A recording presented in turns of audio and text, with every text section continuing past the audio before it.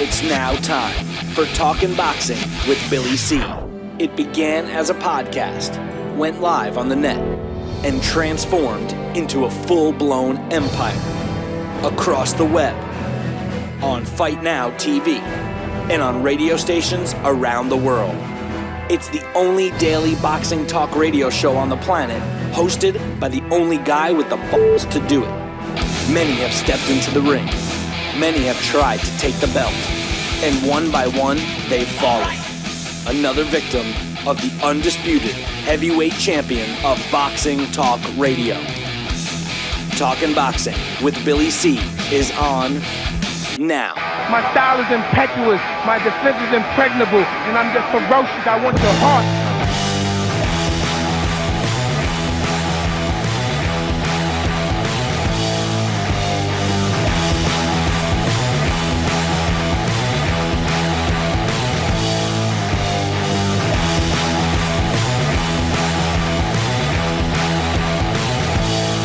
And we're coming to you live from the Billy C Studios in Lake George, New York. I'm Bill Calogero, and it's time for Talking Boxing with Billy C. Good morning, good day, good evening, whenever you're listening. Hope you're doing all right.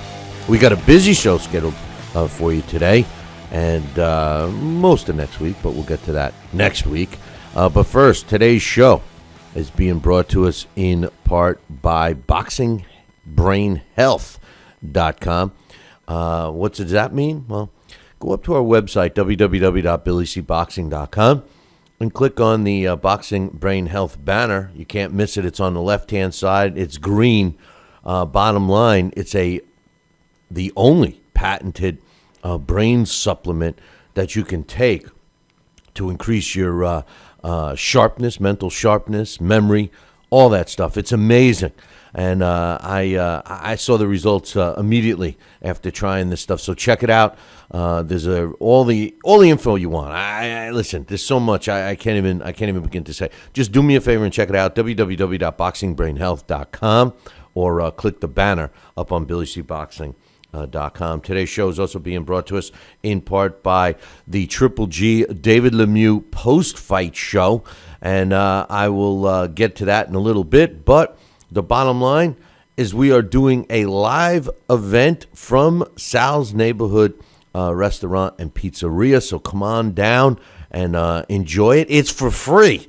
That's right, man. Not only can you watch it from your living room, but come on down to beautiful St. Simon's Island in Georgia and enjoy all the food you hear me talking about. The whole menu will be available to you, cash bar, all of that stuff, but you won't have to pay for the fight. The fight is for free.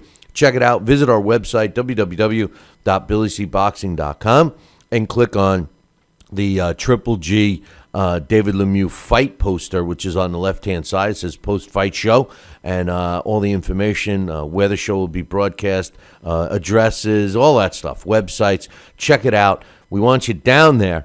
October 17th, I'll be getting into town sometime the night before. LDL TV will be there, Sal Sinicola, and hopefully you will be there too. My man Brad from Jacksonville will be showing up. I finished my Doers 18, so I wonder what surprises he's going to bring me this time. Actually, I got a surprise I'm bringing him. But anyway, and finally, today's show is being brought to us in part by my book, Tom Molyneux, From Bondage to Baddest Man on the Planet. You know the deal. Get yourself 100 copies each, and help us carry on our cause to get Tom Molyneux remembered. He's a part of American history, boxing history, and most importantly, Black American history. Check it out. It's a great story, and I'm sure you'll like it.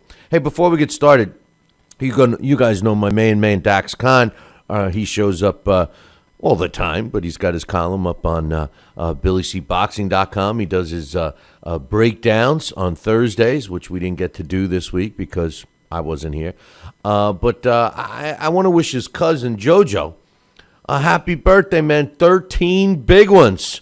13 years old. Finally a teenager. JoJo, congratulations on your birthday. And your cousin Dax, he's okay, man. He's okay. So happy birthday to JoJo. We appreciate that. We also got some news to talk about. The Vladimir Klitschko Tyson Fury fight's been rescheduled. I got some final comments on Adrien Broner and Allakhverdiev. I don't know how to pronounce his name. Matisse and Victor Postal. All of that stuff is coming up. I'm going to open up the phone lines. Today is Friday, so that means we have the phone lines will be open in a few minutes. I got some stuff to go over first. No commercials. Phone lines are open. You guys are driving the show. We will be here for as long as you want. So first and foremost, let's get going with a couple of emails. This one's from my man Jesse, and he says, hey, Billy C., what's your thoughts on Michael Seals versus Edwin La Bamba Rodriguez? It should be a good one. I don't know, Jesse, man. Come on. Sometimes I wonder if you ever listen to the shows, if you just post these questions for me in the emails to read. I don't think very much of that fight. As a matter of fact, I think it's terrible. Edwin La Bamba Rodriguez is ranked at number 14 in the world at light heavyweight. Good. He's worked. He's fought some tough opponents and stuff. He did get a world title shot. Remember, he was more effective, in my opinion, in the super middleweight division. He fought Andre Ward back in 2013 for a shot at his title, and he came up short. That's actually his only loss. And since then, he's been fighting light heavyweight, and he hasn't really fought anybody of note. And when you look at his opponent, Michael Seals is one of those guys that I'm always talking about. This guy comes out of left field. And he's ranked at number 42nd in the world by the computer. He is a light heavyweight. He is undefeated. But, Jesse, you got me thinking that you're just looking at his record, man. And you're seeing that he's 19-0 with 14 knockouts, and you're assuming he's good. Check it out. I did a breakdown of this fight. First of all, he's 33. Second of all, he's been fighting out of Georgia, which has a very lax boxing commission. Of his 19 professional fights, only six of them have been against opponents with winning records. And I'm talking about winning records like 13-12. 7-5 was a winning record. 26 and 16 or whatever it was. Records like that. His combined opponents' records: 159 wins, 209 losses, and 13 draws. We're talking about a guy with 19 fights. Listen, make no mistake. This is a layup fight for Edwin La Bamba Rodriguez. I don't like the fight, and it's certainly not a main event fight like it's going to be on a PBC card. And I got an update on PBC I'm going to get to in a minute as well. One other email. This one is from my man Bajorn. He says, hey, Billy C., I hope all is well. Hope everything's good, man. I hope everything's good with you too, Bajorn. He says Deontay Wilder is doing what we see in a lot of boxers. He's relying purely on athleticism and not developing any skill. And then when they run into a skilled boxer or lose a step, it's over. We saw it in Roy Jones when he lost a step. He was not able to rely on the fundamentals the way B-Hop did to continue a successful career. Look at Michael Jordan. He lost his step. Didn't dunk as much, and developed other tools to win a championship. There are a lot of athletically gifted boxers, but few with skill. The problem with that, Bajorn, is I'm not going to disagree with you because I agree. But I think the problem is that we don't have, and this goes back to what we've said many, many times, we don't have the skilled trainers anymore. We don't have teachers. We got rah-rah men. Deontay Wilder, listen, when I say that his body, to me, is built like a basketball player, that's exactly what I'm talking about. The guy obviously has... he's in good shape, but as far as fundamental, I haven't seen him get better. The best display of his boxing skill was against Stavern, and it's almost like he's regressed. Very, very disappointed, and I don't understand honestly why he's not. Why Mark Breland isn't playing a more of an active role. It seems like Mark Breland has. Taking a back seat. I don't know, at least in the last fight. I'm very disappointed. So, Wilder, he's got a lot to prove. To me, he's a big reason of what the problem overall in boxing is. And I don't mean him personally. I'm talking about with the way people, the way the fighters choose their route in this business. And that's, listen, when I said that Floyd Mayweather was bad for boxing, that was what I meant. He was successful. He was athletic. He had the skill set. He was successful at maneuvering his career. That's great, but he's one guy. Now, every fighter thinks they're going to do it. Even Adrien Broner, I'm going to get to some of his quotes here in a minute, but even Adrien Broner had said, I'm back to business. I'm back to boxing. I'm back to this. I'm back to running my business. Okay, great, But anyway, some news that I want to get to before I open up the phone lines. So give me about 5-10 minutes and I'll open up the phone lines and you guys are going to drive the show. But Vladimir Klitschko, Tyson Fury, as you recall, Vladimir Klitschko had an injury in his calf. They had to postpone the fight. Tyson Fury, remarkably, was kind of quiet. He was a little upset at first, and then he hasn't said anything. Well, maybe he knew that this fight was going to be rescheduled fairly quickly, and it was. It was announced late last night that the fight is officially rescheduled for November 28th. It's at the same place, same time, all that stuff. So we'll be looking forward to that. Some other schedule of note. Manuel Lopez, who's the current interim WBA super featherweight champ, will be making a defense of his crown, if you want to call it that. Listen, when you think of BS, and you think of titles, who comes to mind? The WBA. But Miguel Mickey Roman, 52-11. This guy just, he's like Freddy Krueger. He just won't go away. This is taking place on October 24th. We'll keep you posted on that. Manny Pacquiao. We all have heard that Manny Pacquiao is according to Bob Arum and Manny Pacquiao's manager, that they're actively trying to get the fight with Amir Khan for Manny Pacquiao's first fight back since his shoulder surgery, which incidentally has shown that it's healed well, and he's going to resume working out lightly, and he should be full speed and ready to perform by early 2016. They were projecting a fight in February. And I, for one, love the fact that Manny Pacquiao is going to, jump right into it and take on a guy like Amir Khan. I think it speaks volumes about the type of fighter Manny Pacquiao is. And Bob Arum thinks and had said that he felt that the best choice for Manny Pacquiao was indeed Amir Khan or even Kell Brook. I mean, these are the types of names that they were looking at. And Terrence Crawford, Lucas Matisse, these are all names that Bob Arum and Michael Kantz was looking at for Manny Pacquiao. But Freddie Roach comes in out of the blue, and he says, no, I don't want Manny to fight them. I want him to go and fight Juan Manuel Marquez for the 5th time.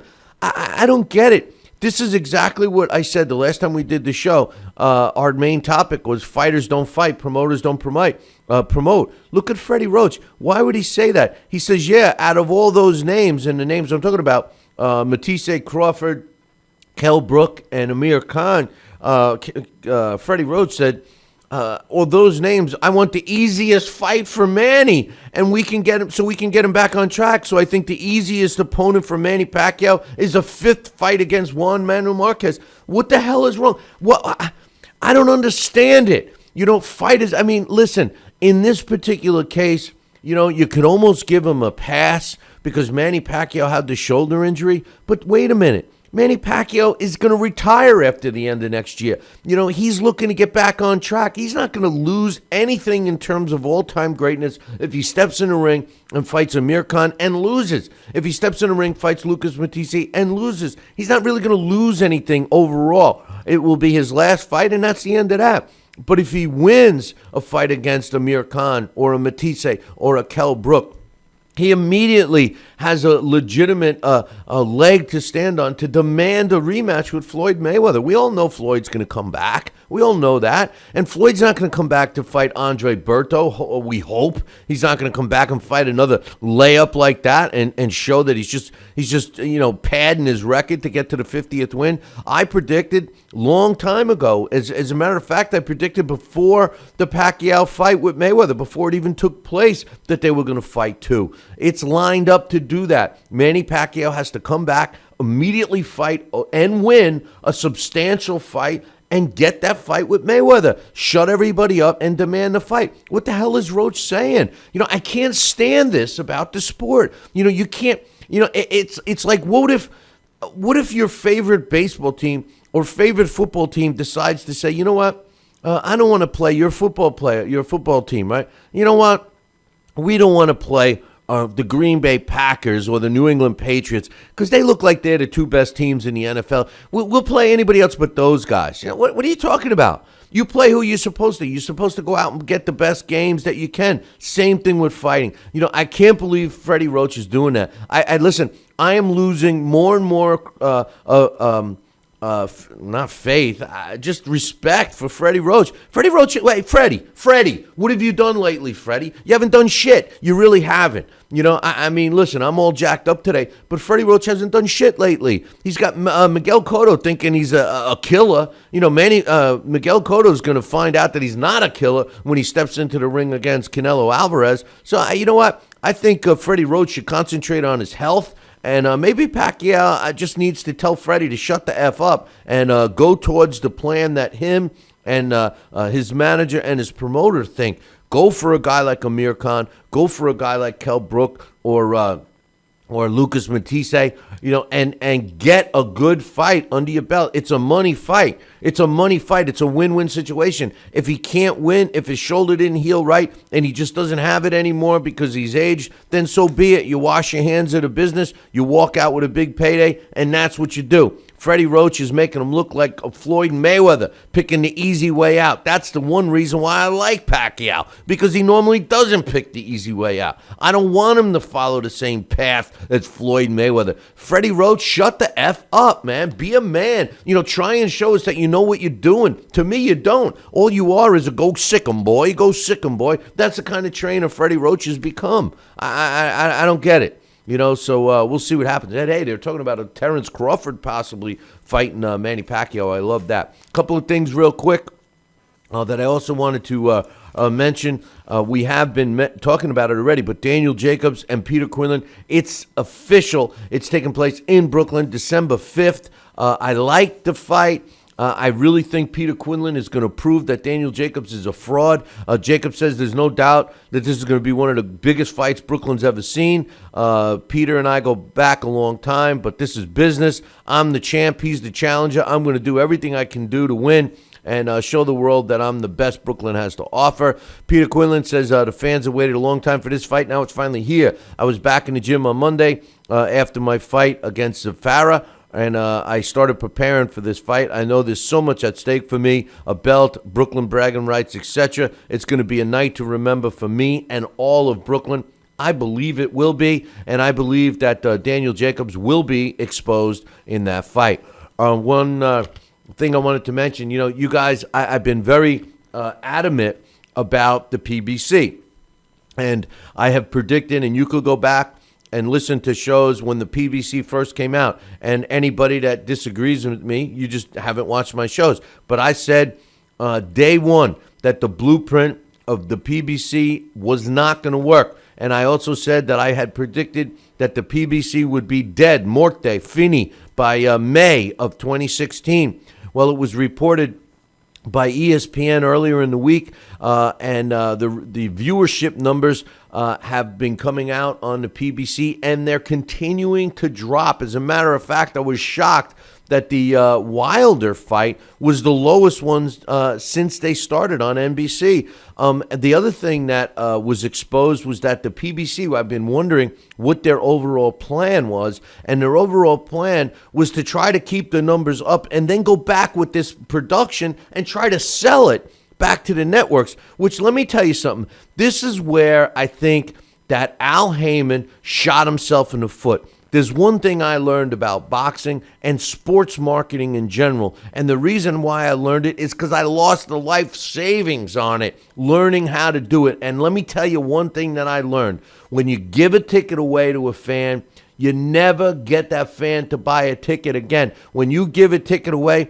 you have just created a fan that will never pay for the ticket. So with that said, here he is. He walks into a network, NBC, Spike TV, etc., etc., etc., and he pays them for their time. He pays them to put the show on. Now, a year later, you think that he's going to turn around and say, hey, now I want money? They're going to laugh at him. The PBC will fail and leave boxing in trouble. But fear not, because I believe that if the smaller promoters, the guys who have been virtually put out of business because of the PBC, if they grow some hair on their little balls and start to promote the club shows again, as soon as the PBC hits the wall, which is going to take place by May of next year, the small shows will slowly take over again, and we're going to have a very dead period from May until the end of next year. Boxing won't come back strong until 2017 if PBC fails. But the small promoter has to be ready to pick up the pieces. They need to invest their time now. The greed factor has to stop. The Joe DeGuardias and Star Boxing and Lou DiBellas and DiBella Entertainment, those guys that don't invest any money in their stuff, the guys that bring in dead men to fight their opponents, to fight their fighters, to create opponents for the bigger fights, that's got to stop. We need the young promoter that's willing to break even and invest some money in promotion. And that will save the sport. I'm telling you, it's going to happen. That's my thoughts on that. Yuriorkis Gamboa, one of my favorite fighters. I love this guy. He's looking to terminate his contract with 50 Cent because 50 Cent and SBS Promotions have not lived up to their end of the bargain. We've seen Gamboa's career kind of take a quick spiral downward, in my opinion. So the bottom line is I don't think it should be a problem. According to Gamboa, 50 Cent had promised X amount of fights within a year. He did not come through. I suggest to Gamboa, if you're listening and you understand English, the bottom line is take it to a lawyer, file for breach of contract, and get out of the contract. He's been on the shelf. He's been put in fights he shouldn't have been in. And this is a guy that was limited at time to begin with because he had such an extensive amateur career in Cuba. He started off late. He was already 30 years old when he came over here, 29 years old. So he's only got a very small window. He's losing a lot of money by hanging around. Time is the biggest enemy to fighters and anyone involved in boxing. So Gamboa looking to get out of his fight contract with 50 Cent. Looks like November 28th in Canada, James DeGale will be defending his belt against Lucien Boutte. It most likely is going to fall on Showtime. I like this fight. DeGale has proved himself to me, and Lucien Boutte at one time I thought was one of the best super middleweights.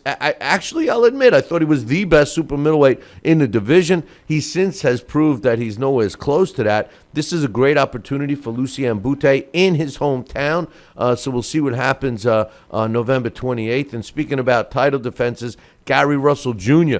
Slated to face Oscar Escandon on November 14th. We knew that he was going to fight this fight. We just didn't know who it was going to be against, and it's against Oscar Escandon. So we'll be looking forward to that. A couple of big fights coming up this weekend, and I will give you some quotes on those. One thing I wanted to tell you, it's kind of flown under the radar. Vic Darchinyan.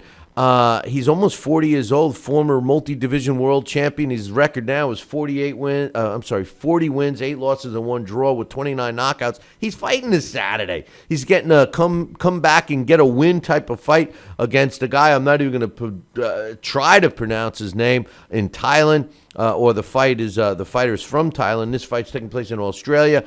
12-4 is his opponent's record. Let me tell you, Vic, if you can't win this one, hang him up. This guy has given us many fights, exciting fights. I don't know why he's continuing. He's got to have a boatload of cash at this point. Vic Darchinyan returning to the ring on this Saturday.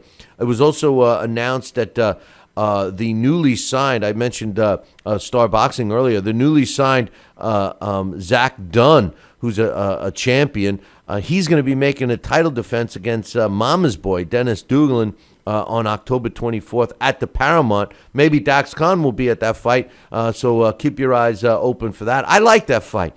You know, I like the fact that you're going to have somewhat of a hometown guy in the ring against a newly signed guy by the same promoter, Dunn, who's from Australia. So it ought to be an interesting fight on October 24th. Brian Valoria is making some big claims about his fight coming up on the undercard of Triple G, David Lemieux.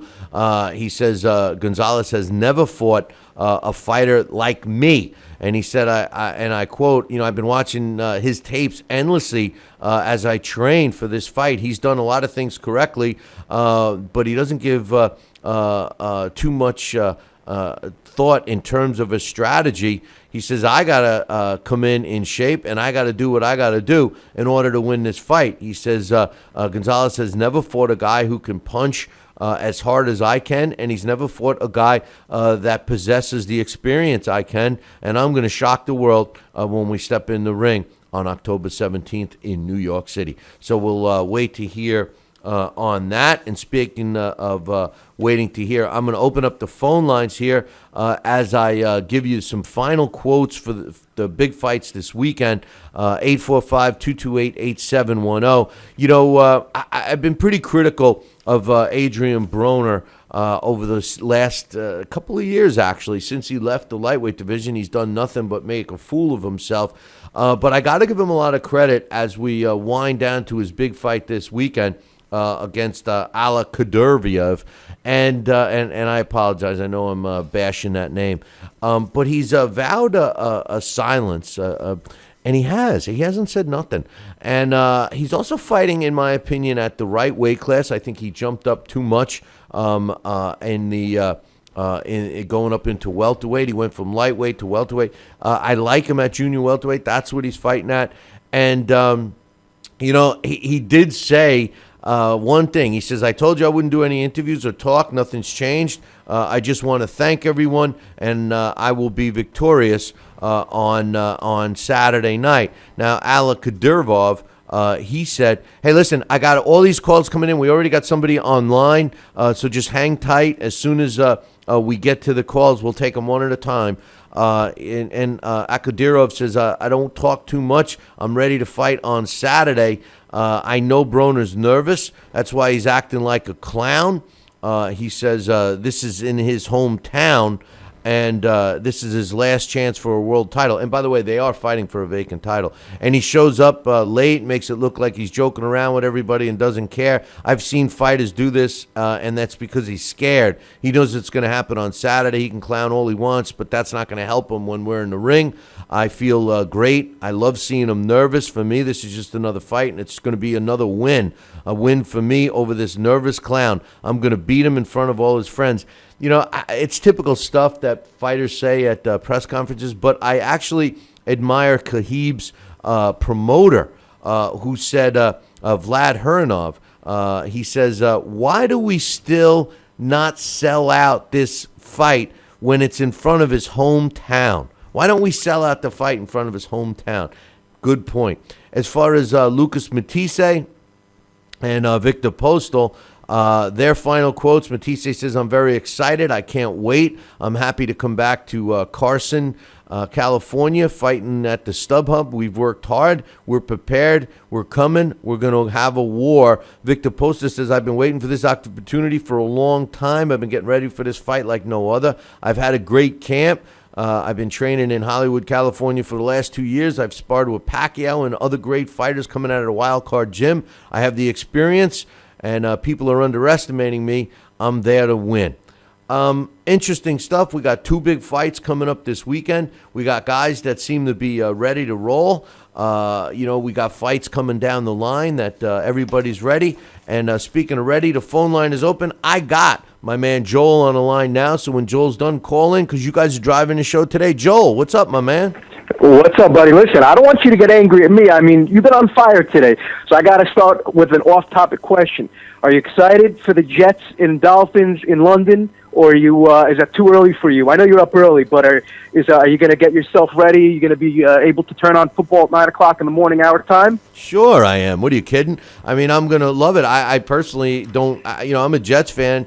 I spend a lot of time in Florida, and for the years, for years since I've been a Jet fan, since the late 60s when they won the Super Bowl, I've always hated the Dolphins. I've softened up to the Dolphins, but I got news for you. I'm nervous about the game for the Jets, to be honest with you.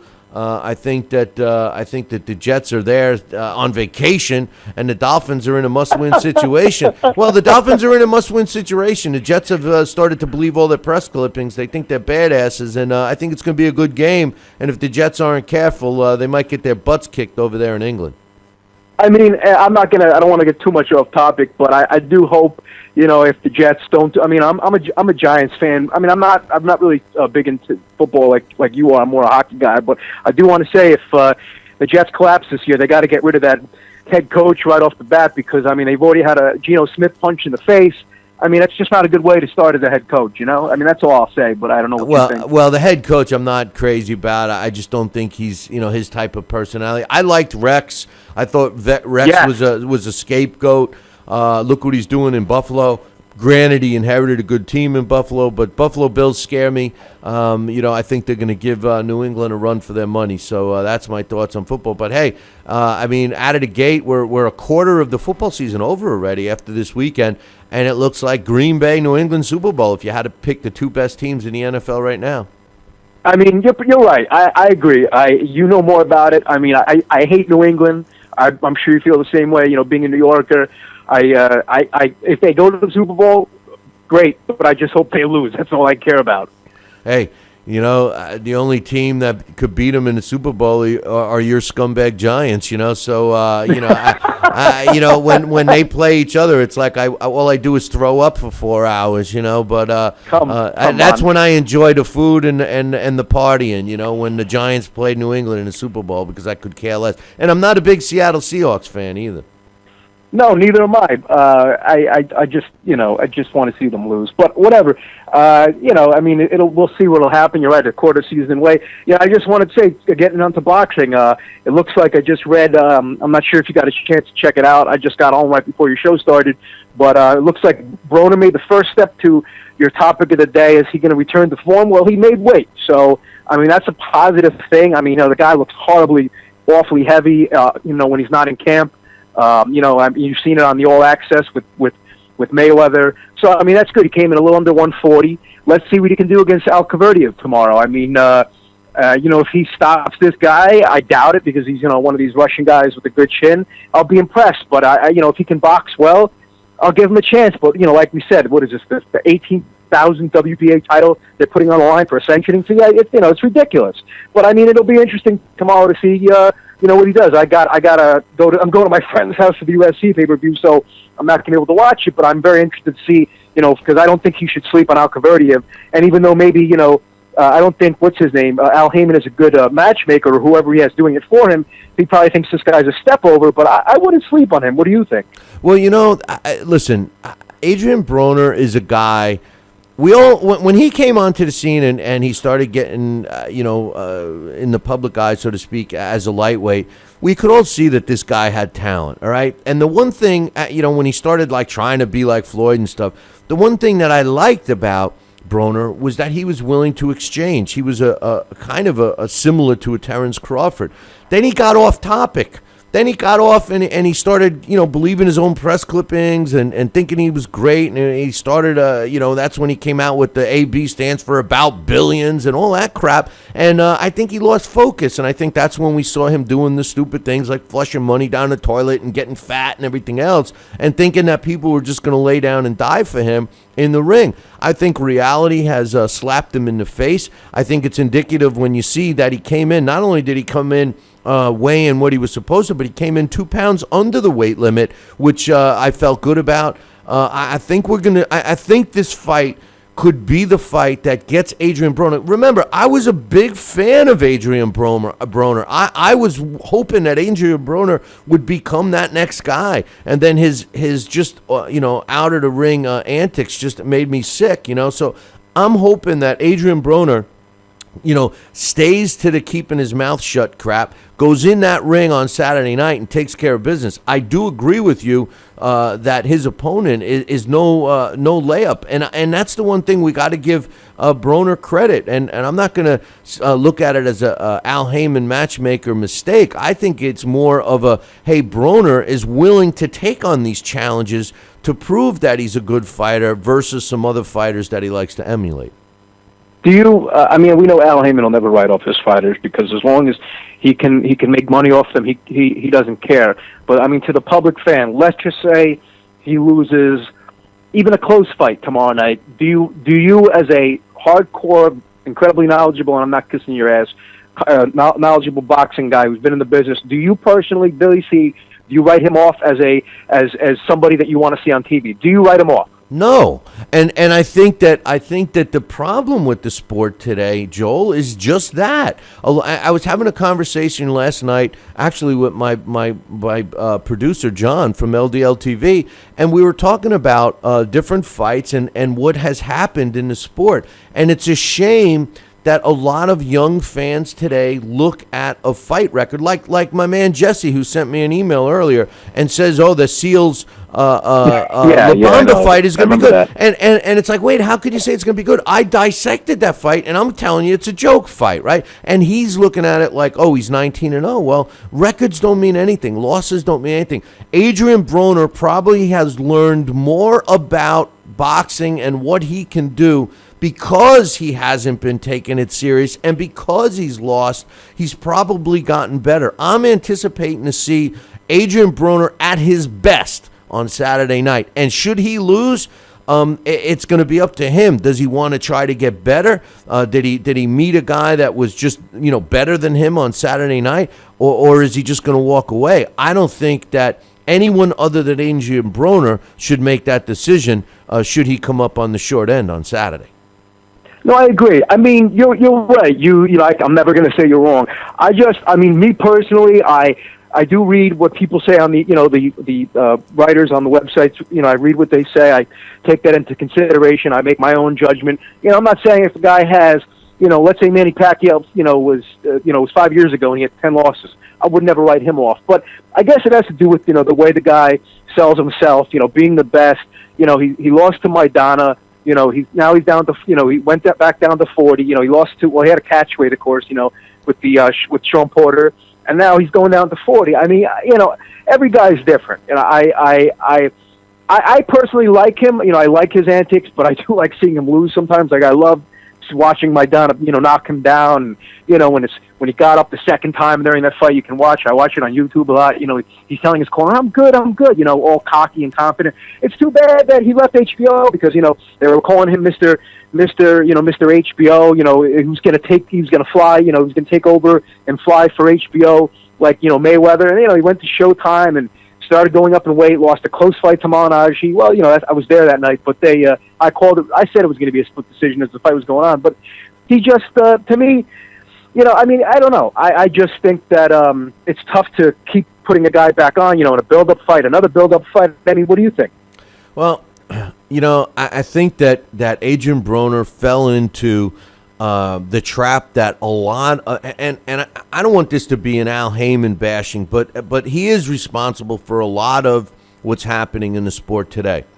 And Adrien Broner was one of the first guys to visibly fall into that trap.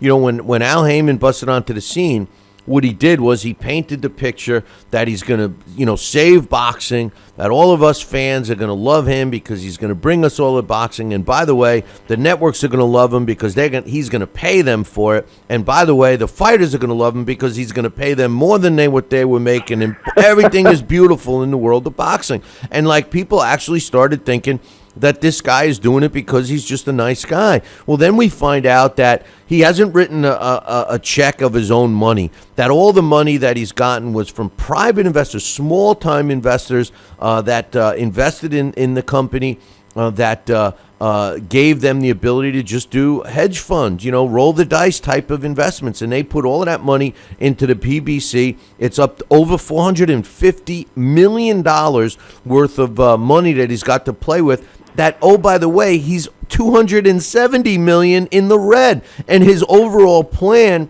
was to sell it back to the networks. They're never going to get that money back. They will never, ever do it. The only way they could have done it is if they had built a couple of stars that had a collision course, a la, Mayweather Pacquiao. I'm just using them as an example. And then he could have had a pay-per-view. But he hasn't done it. He's been putting the fighters in weak. He's been trying to sell a product, smoke screen us and stuff like that. Occasionally we get good ones. But time will tell. And I think that's what happened with Adrien Broner. I think he jumped ship for the money. And, HBO has just kept staying on their course and steering the car straight. They try to put on the best shows they can on paper and hope that they turn out to be good ones, when fight night comes. Listen, tomorrow night, we got both networks got some decent fights to watch. I personally think HBO's is better, but they're both worth watching. You're going to go watch that 3-letter word. Well, guess what? Set your DVR and come home Sunday, get up at 5, watch the fights like I'm going to, then get ready for the JETS, Jets. That's your Sunday morning plan, according to Billy C. I mean, what amazes me is I agree, with what you say. He builds these. And I don't want to get into bashing, but it always happens because I love to do it. But it's going to be embarrassing when, there's no way to. You can kind of translate pay-per-view buys from TV buys, but what'll be interesting is he's going to read the news. I don't know how much he reads about whatever ratings and stuff, but he's going to be embarrassed when he sees Triple G. And Lemieux does 500,000 buys. I'm agreeing with you. It's going to do, my point is, that's not the point. It's going to do a big number. And he's going to say, what I'm giving you Deontay Wilder and Johan Duhaupas for free, why don't you want that?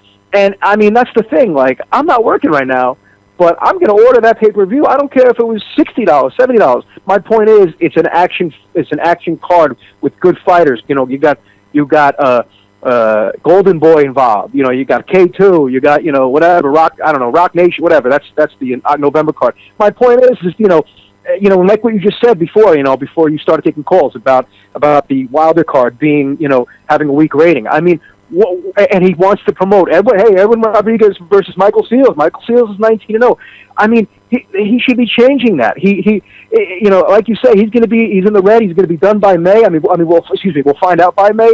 But he's not making any changes. He's still putting his fighters in with guys who are undefeated, and the casual. I guess he thinks a lot of his audience is casual fans because they say, 19-0, 25-0. He's got to be good. Look at his record. He's fought sub 500 guys. Do you think he's going to stop doing this, even with all the negatives that with the ratings and stuff? Listen, what he should be doing is taking fighters that are relevant in the divisions that his fighters fight in and put them against them. What he did, if you go back and look at the path of the PBC, he never once. They have their and listen, they do a great job marketing the PBC fighters. There's no doubt they do a great job, but they don't come on the normal channels.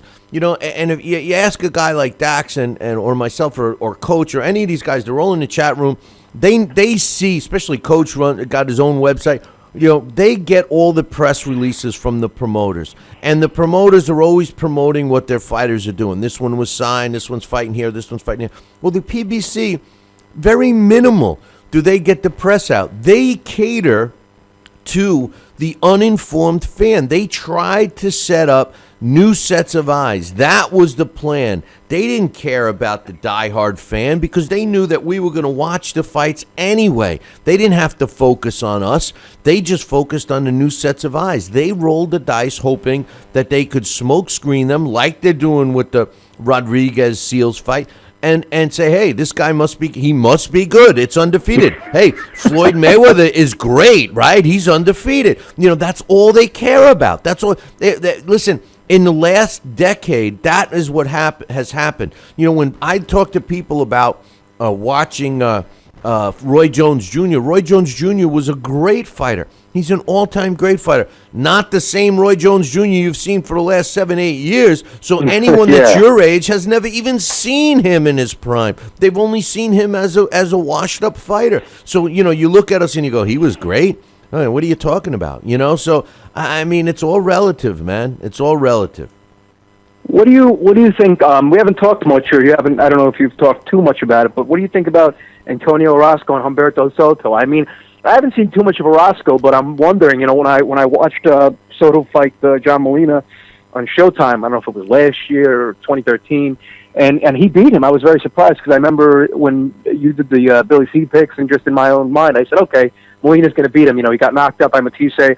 But, you did say, you said it well. I think you said, are we going to see him age during the fight? I mean, what do you, we missed Dax yesterday, which, sucks. I enjoy listening to his breakdown. But do you think, Golden Boy's pushing Orozco to be the guy to beat the gatekeeper? I mean, and Soto's a pretty good gatekeeper. What do you think? I think Soto is not a gatekeeper yet. I think Soto is an up-and-down fighter. I think he's similar to Antonio DeMarco, and, he may age right before our eyes. The thing about Humberto Soto is that he's a really good test for Orozco, but you can't write him out. He's got a lot of drive. He's up there, but I like the fight. I like both cards, and Orozco Humberto Soto fight. As long as Humberto Soto doesn't come in and become 100 years old like by round 3. That's going to be a rock'em sock'em fight. I'm telling you, it's going to be a good fight. I'm looking forward to both cards this weekend, man. I mean, and Frankie Gomez. You remember? I don't know if it was earlier this year. Yeah, I think. And he was supposed to fight Soto, and I was looking forward to that because he had some run-ins with the law, and he came back to boxing. Golden Boy put him on. They said, "Okay, you're going to fight Soto," and he came in heavy, and the fight got canceled. So I'm looking forward to seeing one of these, these Golden Boy, these young, hungry prospects. Golden Boy, De La Hoya gets a lot of these, guys from his area, I guess, in East LA. These Latin fighters who are awesome. I enjoy really watching them. So it'll be interesting to see if he can pass the test. And lastly, I just want to say, I agree with you sometimes about Freddie Roach. Do you really think? Because I feel like when he talks, he looks down at people. Do you think he's a great trainer? I mean, I just feel like every time he's interviewed, if it's on HBO or something, he just seems like I know everything and you know nothing. I mean, what do you think about that? I think that Freddie Roach is a one-dimensional trainer. I was really good friends with Kevin Rooney. Loved the guy personally, but he was a one-dimensional trainer. And I think Freddie Roach has proven that he's a one-dimensional trainer. If you look at all his fighters, he tries to make them all fight the same way. When he gets a guy that fights well with an aggressive, offensive-minded style, then it makes Freddie Roach look good. But when you put Freddie Roach in there with a guy that isn't like that, a la Amir Khan, you end up with not a happy marriage. And I think Freddie Roach is thinks his shit don't stink. And I think it's time to give trainers that are good, that adjust their techniques that they train fighters based on the fighter's own strengths and weaknesses. The late great Manny Stewart was perfect example for that. He took guys that could fight in different manners, and he magnified those strengths and tried to deviate from the weaknesses. Freddie Roach doesn't do that. Roberto Garcia is a guy that I think is a great trainer. I think that he deserves to get absolutely. Yeah, I think he deserves to get a lot more credit than he does get. And Freddie Roach, to me, I think he's run his course. I think the fact that he's won Trainer of the Year, I don't know how many times, got to his brain.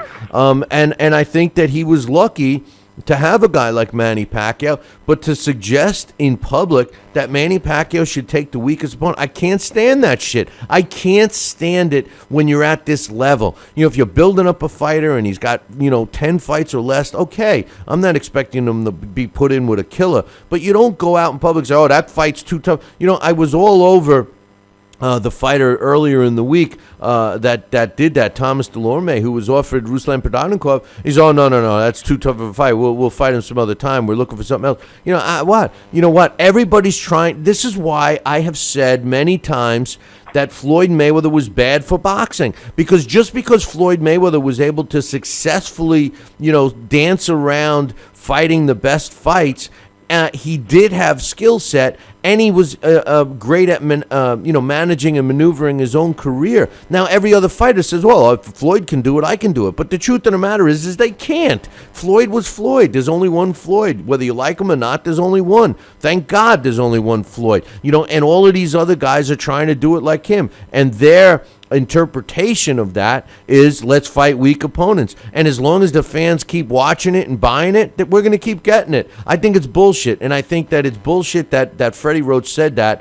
And if Manny Pacquiao wasn't, in his last year of his career, I would get rid of Freddie Roach. I'm looking at Manny Pacquiao as having 2 more fights. One for his comeback fight against like Amir Khan or whatever, and the other one against Mayweather. That's it. There's no room for Juan Manuel Marquez. I mean, give me a break. Who the hell wants to see that fight again? Juan Manuel Marquez, they could have had that fight. They could have had that fight 2 years ago for the 5th fight. And Juan Manuel Marquez wants to go out winning against Pacquiao. He lost all those other ones, so forget that fight. Forget it. They could always have that fight. That could be a farewell fight in Mexico in front of 100,000 people. So Freddie Roach is an idiot. Freddie Roach is an idiot. That's what I think. I mean, I won't drag on. I know. Yeah, we got a lot of callers. I just want to say that he said today or yesterday. I just read the headline of the story that he says Triple G doesn't have to worry about Lemieux. He has to worry about Miguel Cotto. Well, they both have to get through their first fights. The fights in front of them first before they can discuss that. I mean, I love Cotto. I want Cotto to win. But if Cotto doesn't win, what's going to be Roach's story? Is he going to make an excuse? I mean, I don't know he just stupid things like that. That's just stupid. I love Cotto, but even I think that's stupid. I bet you even Cotto said, "Hey, why are you saying that to the public? That's stupid." Yeah, well, that is stupid. And Freddie Roach has got Miguel Cotto thinking he's a killer, and that's all going to come to an end on November 21st, or whenever that fight is. Is it the 21st?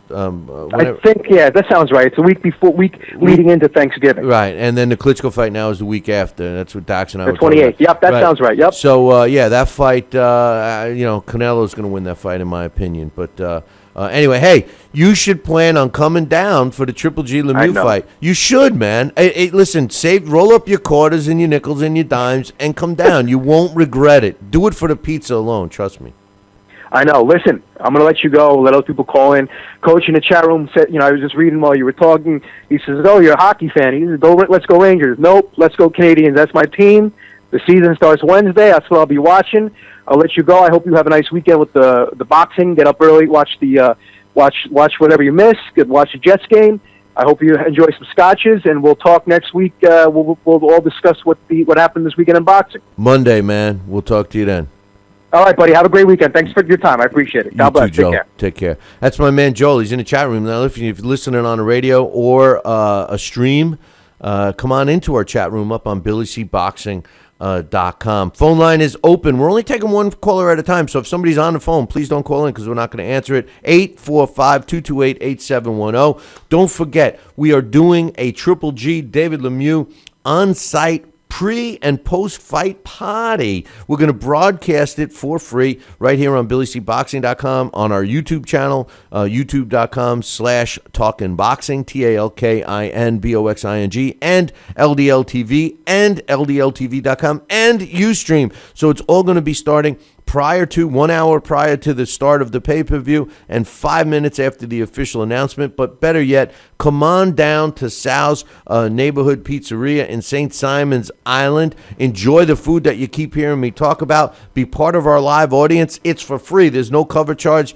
His whole menu will be available. There'll be a cash bar, all that stuff. Check it out. Visit our website, www.BillyCBoxing.com, and click on the Triple G Lemieux post-fight banner, which is on the left-hand side. It's got all the information. I want you there. Let me know if you're going to be there. We'll hook up. I'll be there Friday night, and we can hang out before our event on Saturday. Joining us right now is Dax Khan. What's up, brother?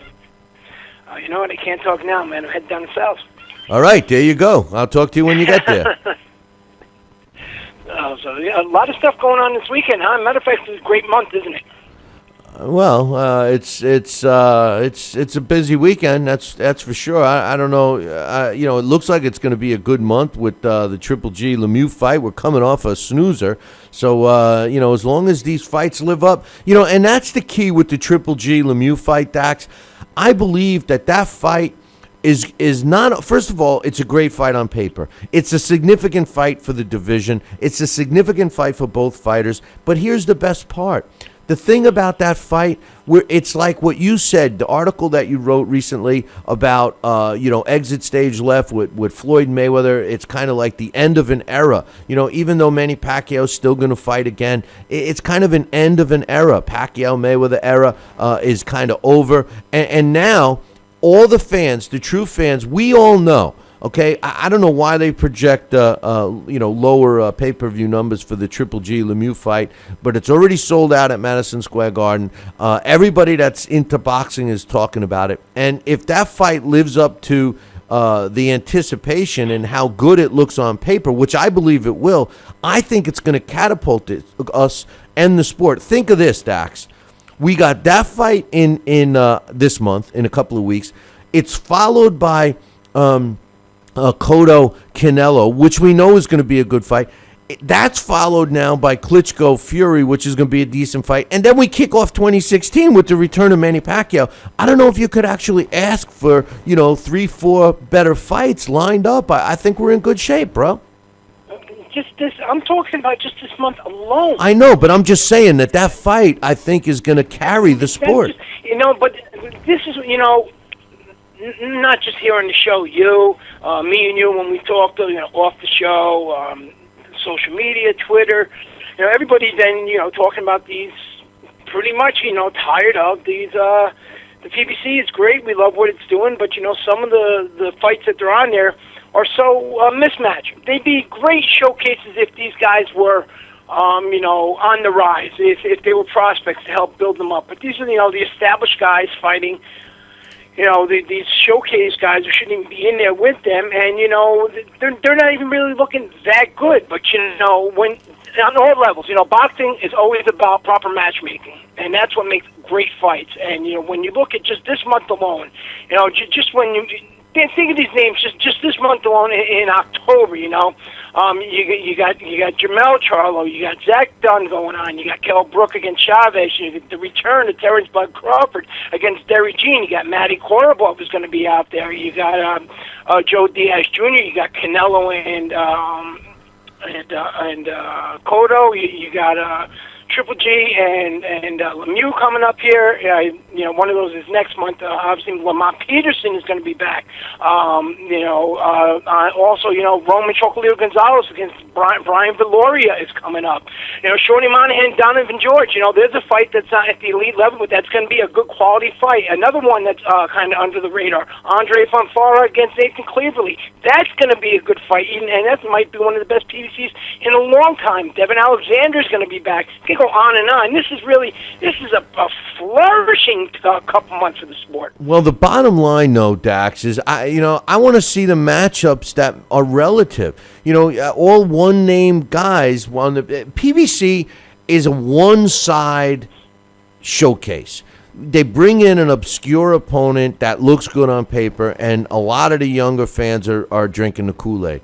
You're right. Fonfara Cleverly, that's a good fight. I don't know even who Lamont Peterson is fighting, yet. But the bottom line is it's all gonna trickle down from Triple G Lemieux. I'm telling you that fight is going to get the fans back into it, and it's going to live it up to the hype. It's going to be exciting. They're going to walk out of Madison Square Garden, and everybody that buys it, they're going to walk out of that fight, and they're going to be like, when's the next fight? When's the next fight? And it's going to catapult it, instead of these doldrums that we've been dealing with. You're right. Like we were speaking about the other day off the show, and, that's a true valid point, especially, after we spoke about that. When you think about this generation here, Bill, since you mentioned the younger fans, they haven't had, it's been a long time since we've had a learning era. like we were speaking about the other day. I said, when with the decline and the end of the heavyweight greats of the 70s, 1980 and 81 were years where, we've seen Ali get ushered out. He was brutalized. Joe Frazier was managed to get a draw against a journeyman. Ken Norton was blown out in a round. And, in the 70s, Roberto Duran, he was a lightweight champion, and he had moved up in weight, and Marvin Hagler had, built his name up. Then you had the entrance of Ray Leonard and Tommy Hearns in the late 70s. And so as you seen the decline of one, they got to see these new superstars rise up and do it the right way against quality guys. And you know what? A loss didn't make you a bum then. Nowadays, it's all about the O, but you know what? It wasn't then, because you've seen the guys fighting the top guys nonstop, and afterwards, the announcers. That was the big thing I was talking about with you. The announcers educated. Nowadays, it's the rah-rah men. The other night, Floyd Mayweather, he refers to Tabiti as the closest thing to Floyd Mayweather at the Mayweather camp. Floyd, a couple months ago, when Keith Thurman and the Errol Spence thing was going on, Thurman wanted you. You know what? Then, all of a sudden, Errol Spence is the closest thing to Floyd Mayweather as well. They're shoving whoever's on the TV down your throat. Then, the announcers would educate you. They would say, so-and-so, they shouldn't be into the ring. They would say before the fight, they think this is a bad idea for the career. Your fathers or your uncles or your friends, that they would educate everybody on the sport. It's a decline is going on. And you know what? They would talk about the good times, and a lot of guys today, they get remembered by they hung on too long, and the only thing that people talk about is the last loss. You're only as good as your last loss.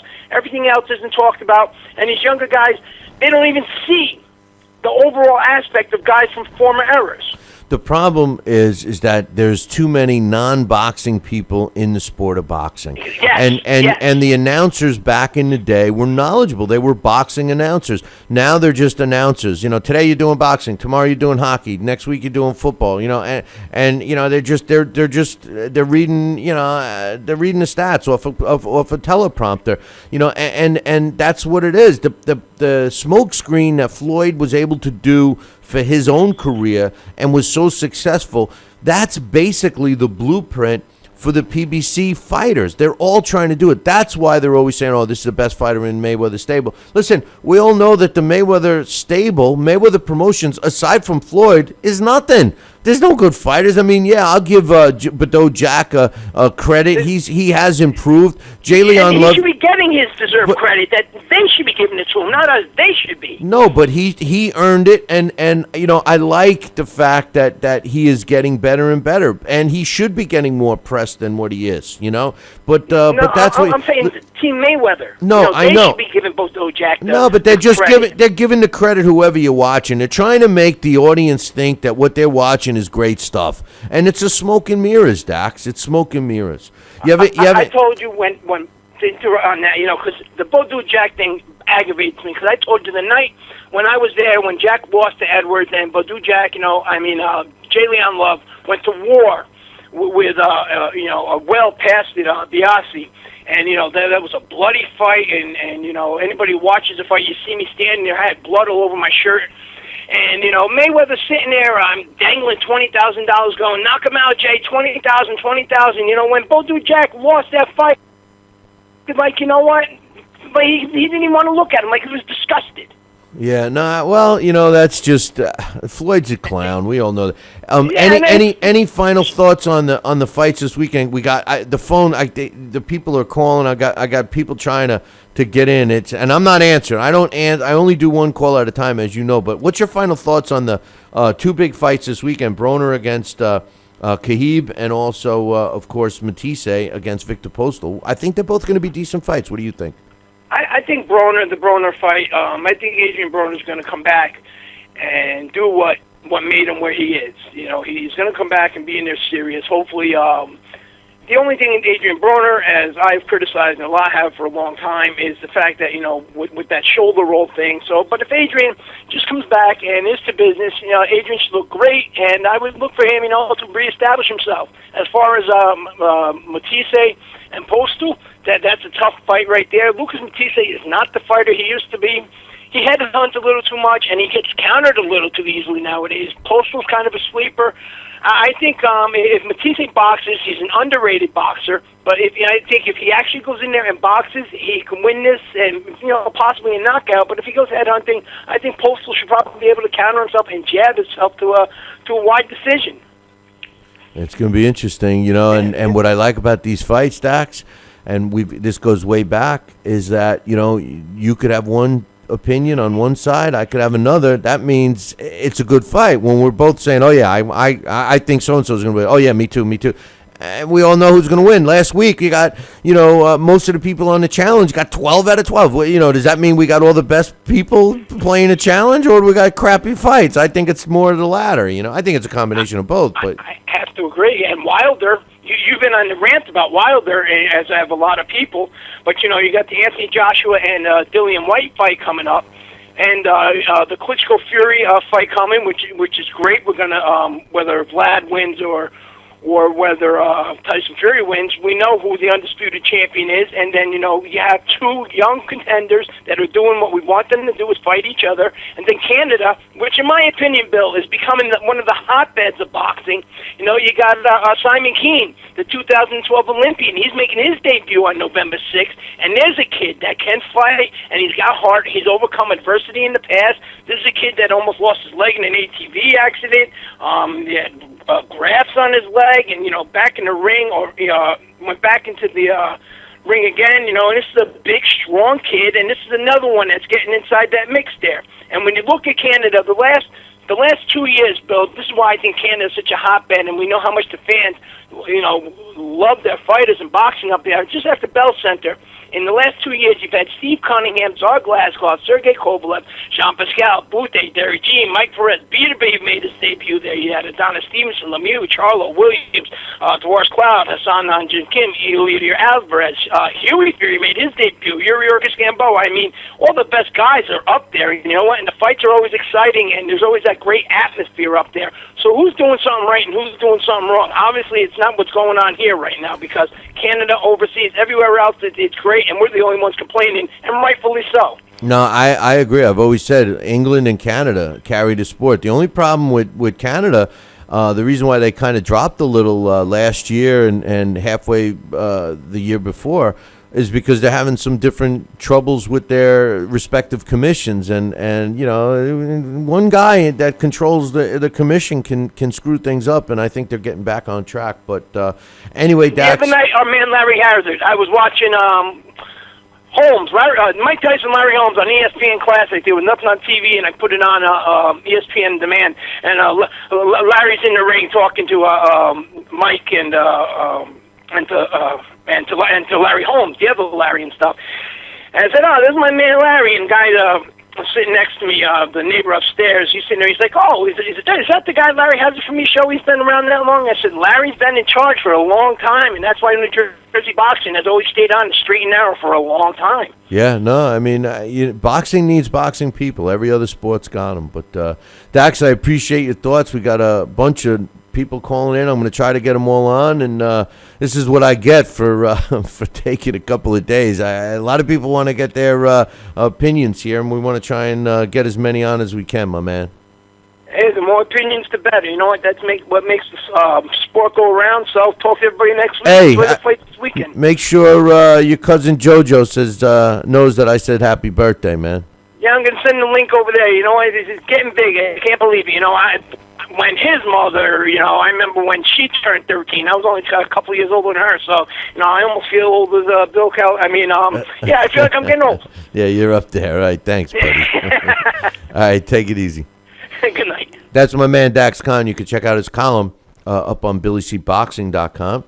And he's always got something to say. 845-228-8710. If you got something to say, phone line is open. We're taking one caller at a time. I know there's been many of you guys trying to call in between. And we're only going to take one at a time. It's open now. So, hey, the first one that gets on, more power to you. Don't forget, I'm telling you that this Triple G David Lemieux fight is going to be big.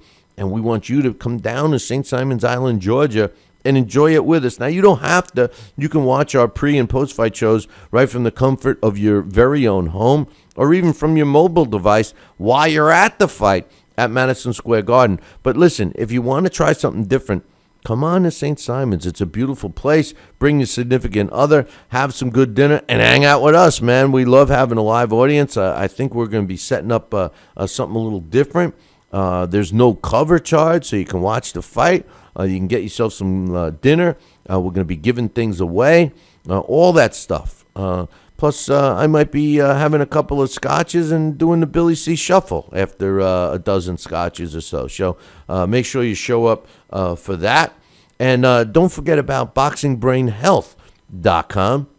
If you want to make sure you take care of yourself, diet right, exercise, and don't forget about your brain, man. If you want to think clearly, increase your memory, all of that stuff, check out www.boxingbrainhealth.com and find out why it's the only approved, patented brain supplement on the market. It certainly helps me remember who's who in this sport of boxing.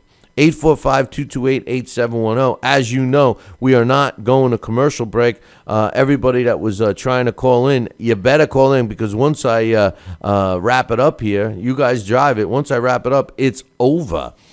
So we want you to call in with your thoughts. Speaking of thoughts, good fights this weekend. We've been talking about it on Showtime. You have Broner Allakhverdiev, and I know I pronounced that name wrong. I apologize. Pedraza against Edna Cherry. I'm not so crazy about that one. But on the undercard, they have on Showtime Extreme a couple of good fights. Specifically, the fight that I'm looking forward to the most is Jamal Herring against Yakubu Amadou, who always comes in tough. And the other fight that they're trying to focus on is Robert Easter Jr. against Juan Ramon Solis. That's a late sub. He was originally supposed to fight Miguel Acosta.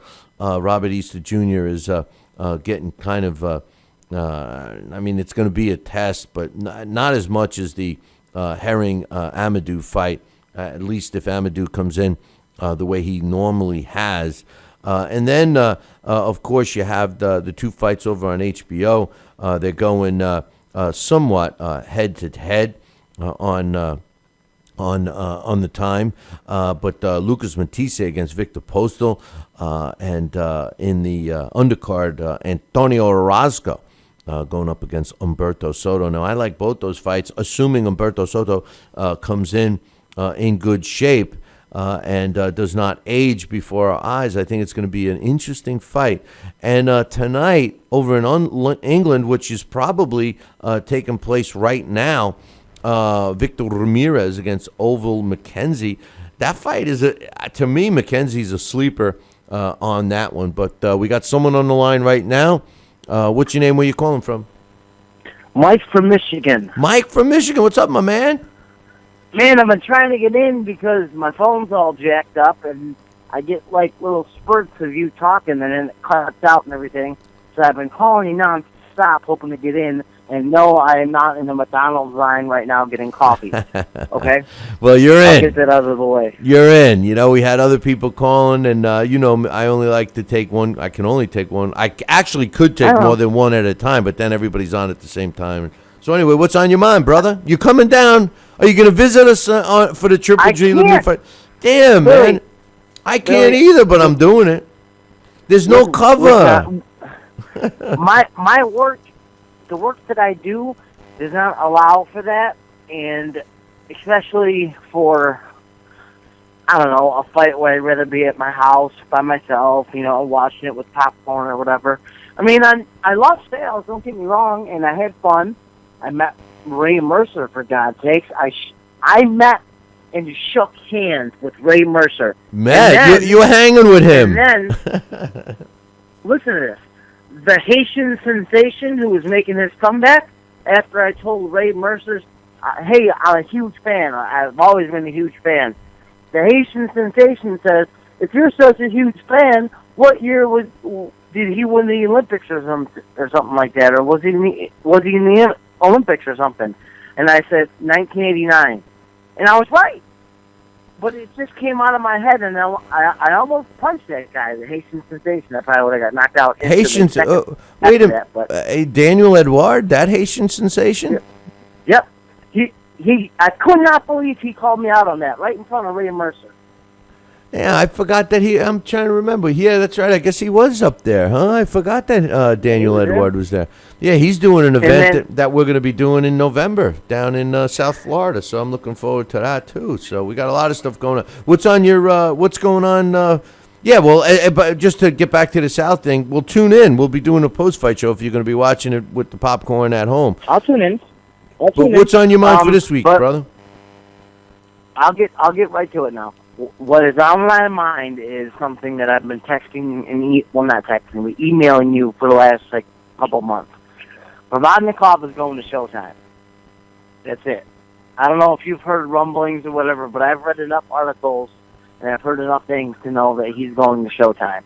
And I believe he's going to Showtime to be basically an opponent to get through. But you know what I'm saying? Like, oh, he beat Provodnikov, the killer. He outboxed him, blah, blah, blah. You know, like, they would put Amir Khan in with him, and then Khan would probably beat him and hold him, and, you know what I'm saying, outbox him and whatnot. My thing is, like I've always said to you, is you better watch out for a guy who eats deer hearts and raw fish his whole life and trained in brutal Siberia his whole life. And I think that the best thing, you were talking about how PBC was doing some terrible things and about how PBC is going down the toilet and ratings and everything. The best thing PBC could do, put a Provodnikov fight on. Well, put one Provodnikov fight on with someone who would be willing to go to war, like Brandon Rios. Put Rios Provodnikov on PBC, even though you couldn't do that because Bob Arum. That would draw immediately. That would have to draw. All the hardcore fans would tell people, and it would be fighting. You know what I'm saying? It's just PBC's going about it so wrong, aren't they?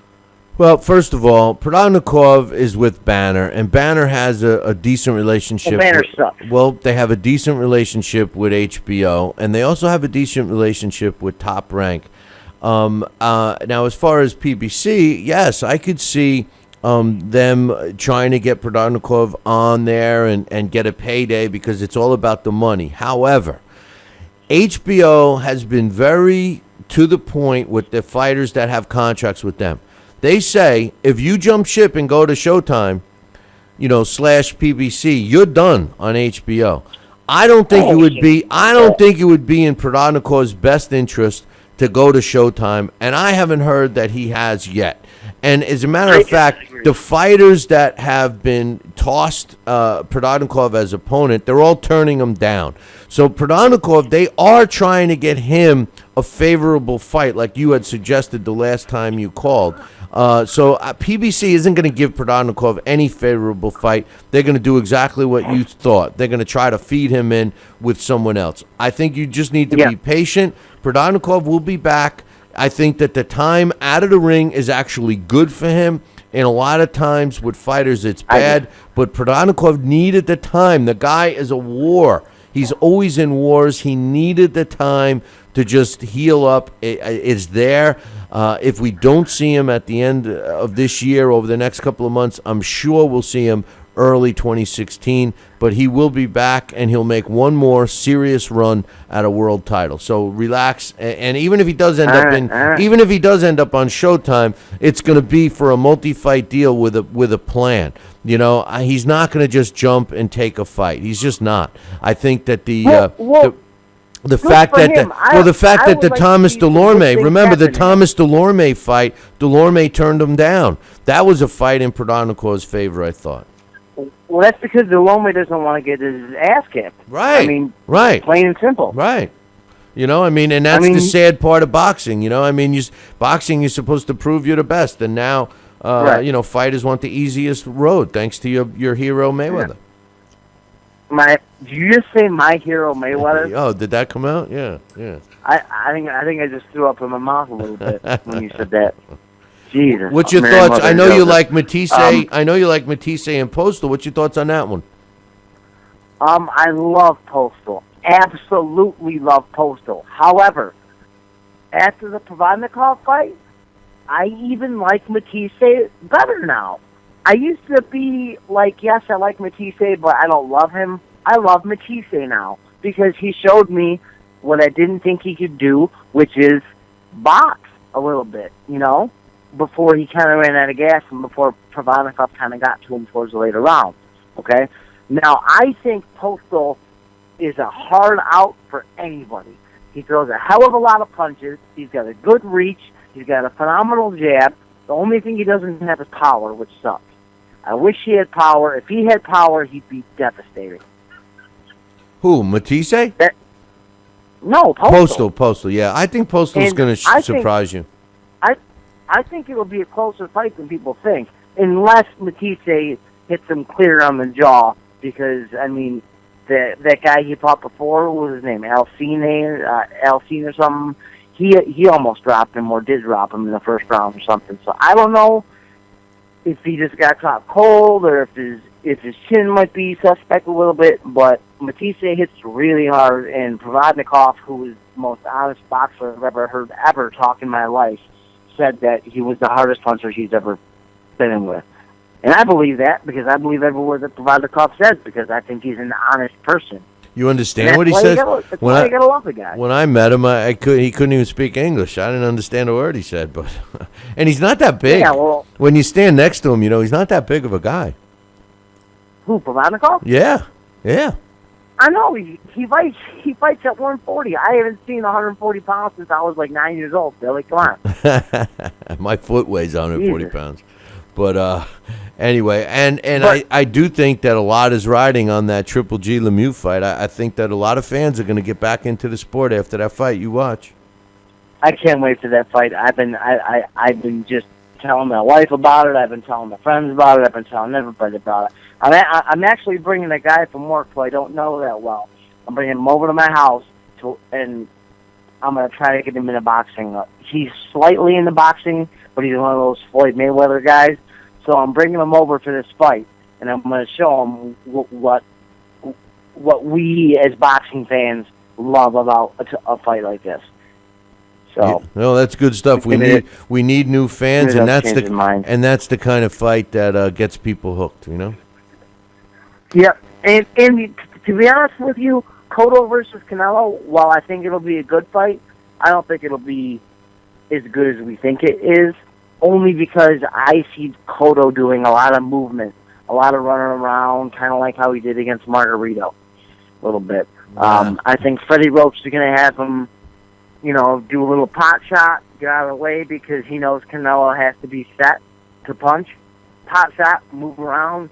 Canelo's got to chase him. Canelo sets up, he moves, hits him, Yeah, but I think we're going to see a lot of that. Yeah, but Cotto... I'm actually I'm putting money...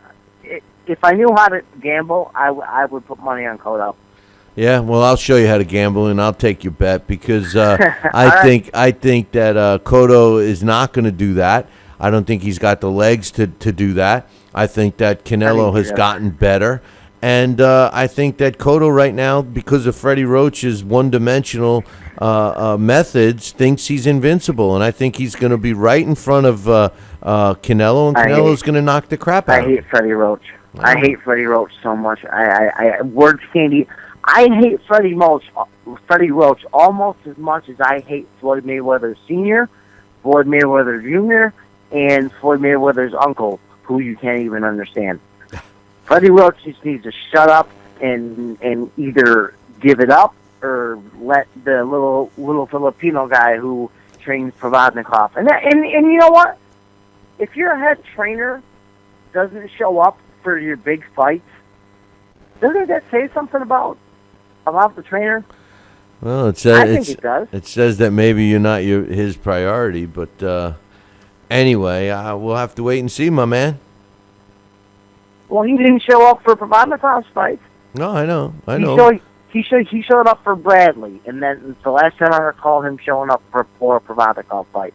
So I would just like Provodnikov to switch trainers, get him somebody like like Andy Rooney, was it Andy Rooney, who you said could only teach the Mike Tyson style where you bob and weave and come in and bob and weave, and he was teaching that to tall guys who shouldn't have been taught that. I think he needs to learn how to slip punches better and get inside better and cut off the ring better, and I think he needs a new friggin' trainer, and I don't think Freddie Roach is the one for it. I love Provodnikov.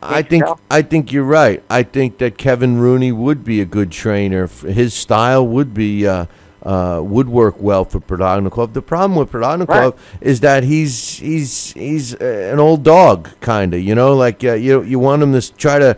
You know, you just want him to do what he does best now and get him the right fights because, he's at the end of his career. He's not at the beginning, so I don't know. Right. But I agree with you. I think Kevin Rooney would be a good answer for Ruslan. I agree. And that's why we need to see Ruslan in the ring as soon as possible because his bright light is dwindling.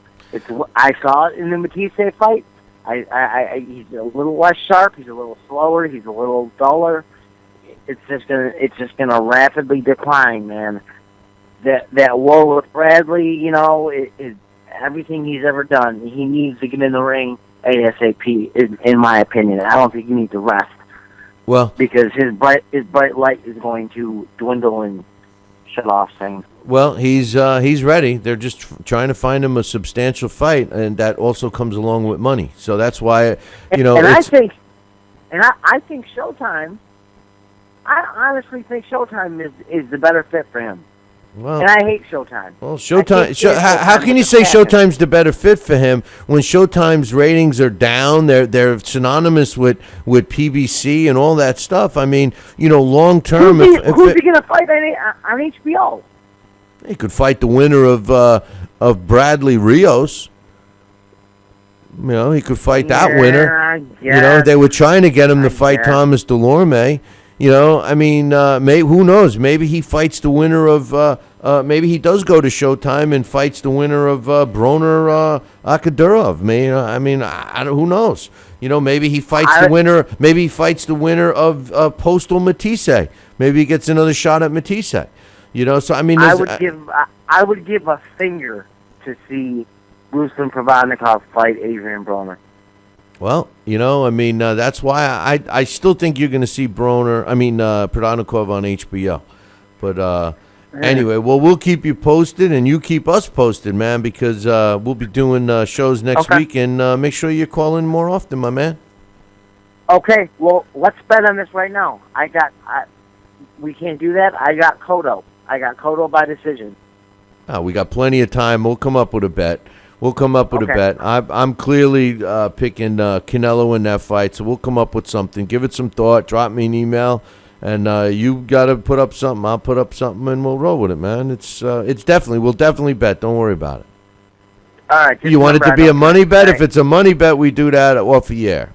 But if it's something else, we'll do it on the air. Either way, I'm cool. I got it. I'm a Cotto. Okay. I'm a Canelo. Just remember, I don't drink and I don't wear TMT gear, no matter what. Okay. Oh, I did because I lost a bet. That's about it. Other than that, I clean up oil spills with that shirt. All right, Billy. I'll let someone else give a phone call. All right, brother. Take care. It was nice talking to you. Yeah, man. Make it more often. That's my man Mike from Michigan, and giving us his thoughts. Big Provodnikov fan, as you can tell.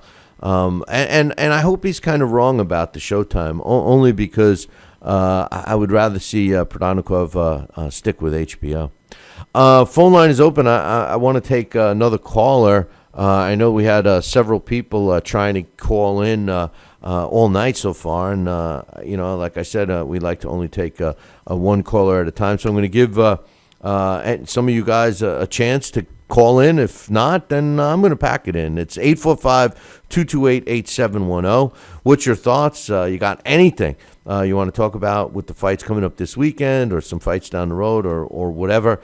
Don't forget about the big fight that I keep saying is going to change the complexion of the fight fan, not the sport, because all of us that are into the sport and are diehard fans, we all know how important the Triple G David Lemieux fight is coming up. But I have a feeling that if that fight even lives up to half of the hype, which I'm positive it's gonna, we're going to capture those new sets of eyes, and they're going to be like jacked up for that fight. I think it's going to carry over. It's going to help sell the Canelo Cotto fight, and then ultimately the Klitschko Fury fight, and then we settle in for our holiday season and come right back with Manny Pacquiao. I mean, and don't forget, along the way, Terrence Crawford is fighting.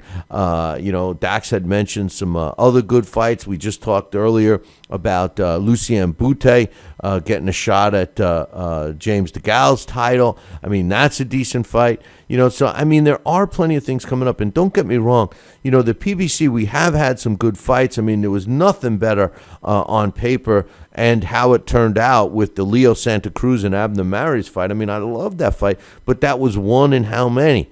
I just, what bothers me about the PBC series is that it's a lot of smoke and mirrors, and a lot of the young, new fans, and I don't mean to emphasize young, but a lot of the newer fans seem to be a little blind to it. 845-228-8710. You're running out of time, as I am, and I just want to say the Billy C Challenge, everybody's got their fights in. We got the fight schedule for this weekend. When these fights go out, some of them change, or if I make a mistake or whatever. So I'm going to read you the fights that are part of the challenge. This fight should be taking place as we speak right now. Victor Ramirez against Ovil McKenzie. Tommy Langford against Christian Fabian Rios.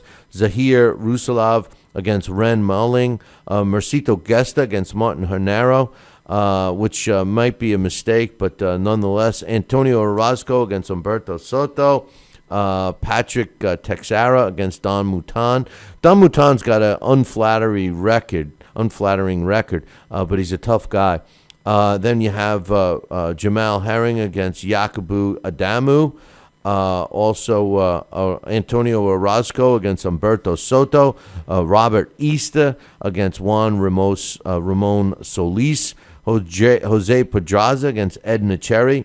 And, of course, the two big fights, Adrien Broner against Khabib Allakhverdiev, and Lucas Matisse against Victor Postal. Now, our challenges happens to be the first fights in the month of October.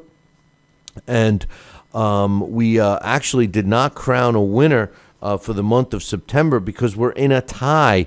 We have two guys that are battling for the tiebreaker right now, and that's my man Joel and Guy. So good luck to those two guys. Not only did they have to pick out the fights from the 11 fights that are on our challenge, but they also have another selection to pick, and the winner of this tiebreaker will be crowned our September champion as we go into October. And speaking of October, don't forget, man, Triple G, David Lemieux, post-fight show. We want you part of our live audience down at Sal's neighborhood Italian restaurant and pizzeria in St. Simon's Island. Now, all the information about where it is and all that stuff can be found up on our website, www.billycboxing.com. Click the fight poster that's on the left that says Triple G Lemieux post-fight show, and it will bring up a pretty basic sheet with all the information. Now, just to give you a quick heads up, St. Simon's is a beautiful island. It's the last furthest place you can go in Georgia before you hit the Florida border. It's a beautiful little quaint town. It's you'll love it there. And there's no cover charge. So Sal's is going to have his whole menu available, which is the whole island is, they love this place. And not only will he have the whole menu available to you, a cash bar and all of that stuff, so you can pick out what you want to eat. You can watch the fight. You're not going to have to pay anything for the fight. So, take your significant other away for the weekend and come on down to St. Simon's and be part of our live audience. Now, if you can't make it to St. Simon's, like my man Mike from Michigan just said he can't, then don't forget to tune in live. We're going to do a post-fight show, a pre-fight show 1 hour before the pay-per-view starts. So starting around 7:30 or so, we will do a pre-fight show. I'll be calling the action along with Carl King, and Sal Senecola will be joining us as well. And we'll be calling the action, and we'll be giving you our thoughts prior to the fight. Then we'll go off air. Everybody will watch the fight, and we'll come back on approximately 5 minutes after the official announcement is made and go over the whole fight. We will have phone lines open. You guys can give your thoughts. We'll have the social media. Dax Khan will be handling social media. We'll try and get him on, and Alex and all these guys will come on and give us their thoughts about the fight. So it's going to be a great time as usual. Now, you can catch the fight right here on BillyCBoxing.com or on our YouTube page, youtube.com/talkinboxing. That's TALKINBOXING. Or you can also watch it on LDL TV. If you don't get LDL TV, you can check it out on their stream, www.ldltv.com. And it will also be on Ustream. So, listen, you're not going to be able to miss it. So make sure you mark that one down. Include it as part of your Triple G David Lemieux Fight Night plans. We'd love to have you in St. Simons. But if not, at least tune into the show. So we'll be looking forward to you joining us there. Now, real quickly, for next week, we will be here on Monday. We will not be here on Tuesday, but we'll be here the rest of the week, except we're off on Friday. That was a vacation day that was put in. So next week, Tuesday, Wednesday, Thursday. I'm sorry, Monday, Wednesday, Thursday, no Tuesday and Friday. And then we'll keep you posted on our travel week when we take off for beautiful St. Simons. Well, we had the phone lines open, and we gave you guys a shot, so now it's time for... Wake up. It's time for the... It's too early for a trivia question. All right, today's It's Too Early for a Trivia Question is being brought to us by BoxingBrainHealth.com, which goes way beyond boxing. It's for anybody. If you have any loved ones that are aging, and they are taking care of themselves with diet and stuff, don't forget you got to take care of your brain too. Trust me when I tell you, I started taking it immediately, started feeling the results from it. It's the only patented brain supplement. Check it out, www.boxingbrainhealth.com, or just visit our website, BillyCBoxing.com, and click on the green Boxing Brain Health banner. Now, our trivia question that was hanging around for a while that was supplied to us by Henry Haskup was a tough one.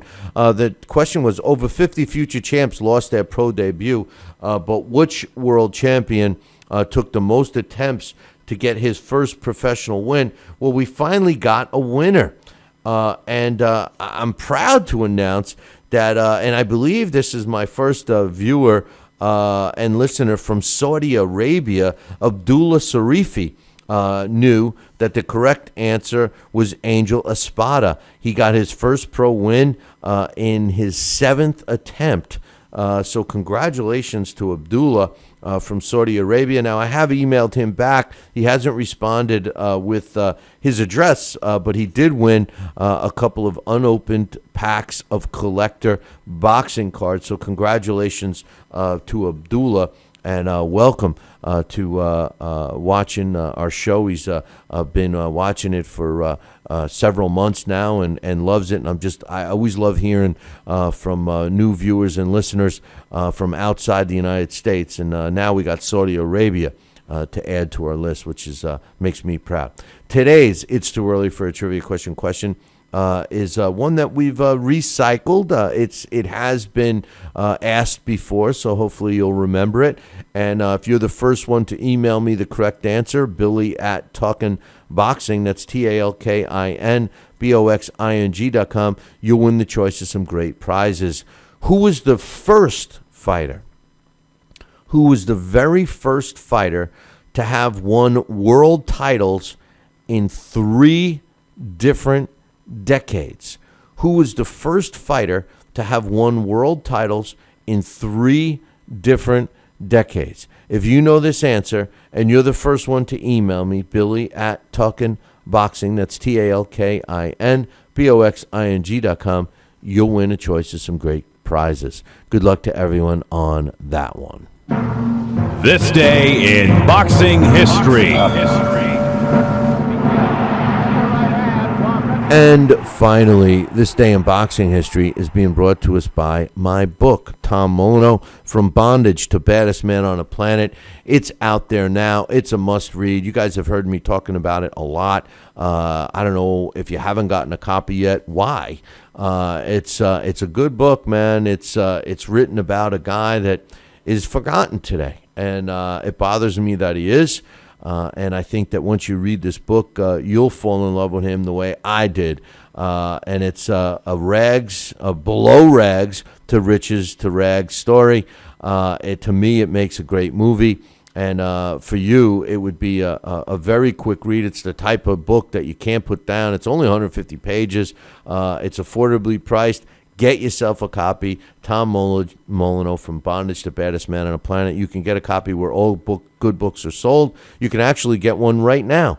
As we're speaking, as you're listening or watching this show right now, you could check it out on Amazon.com or BarnesandNoble.com. Get yourself a copy. Now, if you collect signed copies, all you got to do is visit our website, www.billycboxing.com, and click on the book club section, and I'll be glad to send you a signed copy. On this day, October 2nd, in 2004, left hook Jeff Lacey knocks out Sid Vanderpool in the 8th round to win the vacant IBF World Super Middleweight title. Took place in Vegas.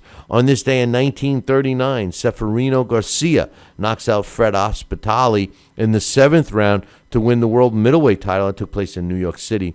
On this day in 1987, Gianfranco Rossi wins a 12-round decision over Lupe Aquino to win the WBC World Junior Middleweight title. It took place in Italy. On this day in 2004, Kasim Uma wins a 12-round decision over Verno Phillips to win the IBF World Junior Middleweight title in Vegas. Well, it reminds me, I told you guys, and I have been, for all the premium podcast subscribers, they've been getting some special interviews. I put one up of Leon Spinks today, but I have one I got to find of Kasim Uma, and we were interviewing him, and I heard some kids in the background. I said, congratulations. He had a new baby was born, and he said, oh, thanks. And I said, how many kids you got now? And he's like, I don't know. I got to count them up. He didn't even know how many kids he had, so it must be a lot. But anyway, I'll get that interview up for you premium podcast subscribers. Anyway, on this day, October 2nd of 1976, Gutty Espadadas knocks out Alfonso Lopez in the 13th round to win the vacant WBA World Flyweight title. It took place in Los Angeles, California.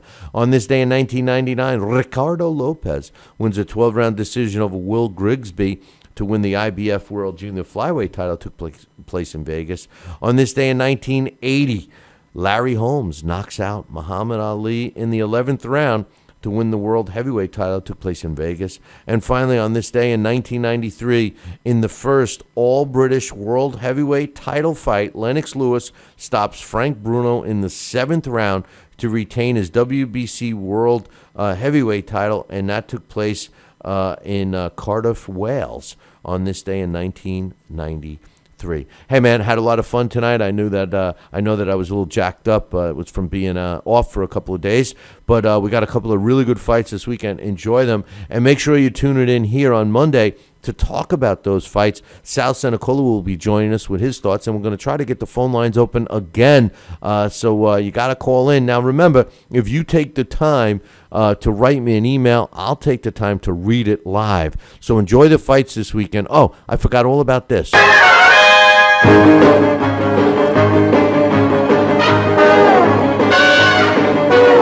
Don't forget to tune in Monday evening, same bad time, same bad channel. Until then, ciao, baby.